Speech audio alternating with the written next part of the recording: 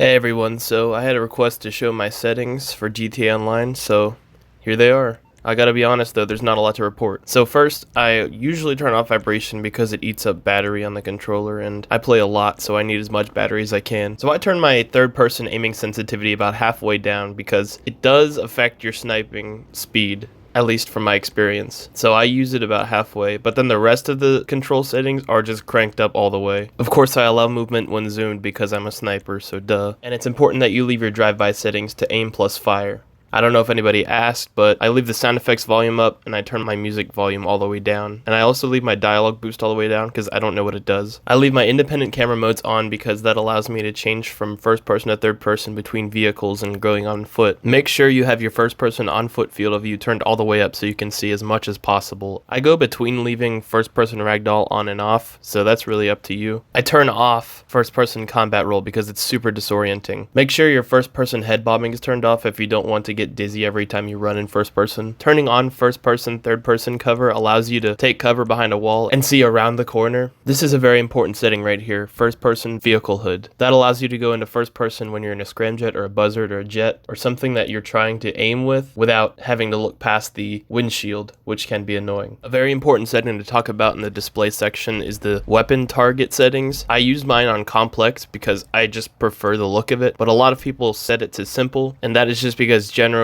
simple weapon targets are just more accurate. I just like the appearance of the complex settings, so I leave it on complex. But if you leave it on simple, make sure you turn the reticle size all the way down so that you get the most accurate shot possible. Because if you turn it all the way up, it's just a huge disgusting white dot in the middle of your screen. It's also worth mentioning that you want to turn your safe zone size all the way up just to get the extra stuff like your notifications, your bank, your map, those things that are on the edges of your screen out of the way. I also turn off in-game depth of field effects because when I'm sniping, if those effects are on, everything that I'm not looking at directly turns blurry. So if I'm trying to aim for someone and then my scope isn't directly on them, they're going to be all blurry. This also has an effect in the Rockstar editor. If your in-game depth of field effects are turned off, you can't have that effect in the Rockstar editor, so take that into consideration when you're deciding whether you're going to leave those on or not. And that's pretty much all there is to report. So let me know how you like these settings, if you have any recommendations for other players, because I'm quite happy with my settings. Otherwise, that's all I got for you today, so thanks for watching, and I'll see you around.